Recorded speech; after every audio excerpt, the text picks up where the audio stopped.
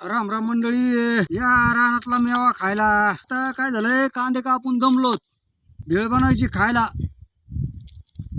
हे अन्नाचं फरसाण आणलंय, मामाचे मुरमुरे आणले, कोथिंबीर आणली आपल्या रानातच आहे का इथं पाते. आणि कांदा लय महाग आणला विकत. कांदा आणलाय गुवाहाटीवरून, गुवाहाटीला गेलतो, गुवाहाटीहून आणलाय कांदा. जरा दमल्यासारखं झालं म्हणून म्हणलं भेळ खावा, म्हणून भेळ बनायला लागलोय. या मित्रांनो भेळ खायला. दुपारचं जेवण चालू आहे, मस्तपैकी कांदा कापू राहिलो असा इळीनी, आणि भेळ खायची. मग कांदा कापला का आता कोथिंबीर कापायची. ह्या असं मग लसणाची पाट टाकायची थोडी थोडी. कांदा कापला झाला का अशी किती भारी मेवा होतो याच्यात. रान मेवा म्हणते त्याला. रानातली मजा वेगळीच असते हा भाऊ. नाद खुळा रानातला.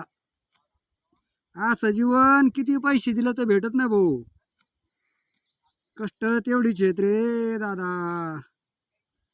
काय माहिती का, असं जीवन जगायला किती पैसे दिले तर जीवन जगता येत नाही, पण कष्ट तेवढेच आहेत.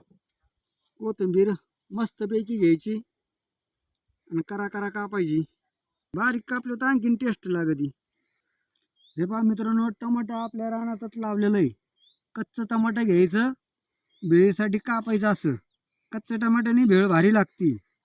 हे अन्न फरसाण असं मिक्स करायचं, हे असं भेळीमध्ये. हे आमचे रामकिसन मामा मुरमुरे, आमच्या गावात दुकान आहे जायभाई मामा, त्यांच्या दुकानातून आणलेलं आहे हे मटेरियल. आणि भेळ बनायची. तोंडाला पाणी येतं राव. ही भेळ आहे का नाही माझ्या मित्रांनो. हे पहा, त्यामध्ये आता सोप द्यायचा मस्तपैकी भेळ. हे पहा, मग येणार का कोणी खायला, देऊ का, घेता का, घ्या घ्या घ्या राव, नका खाऊ मग. धन्यवाद.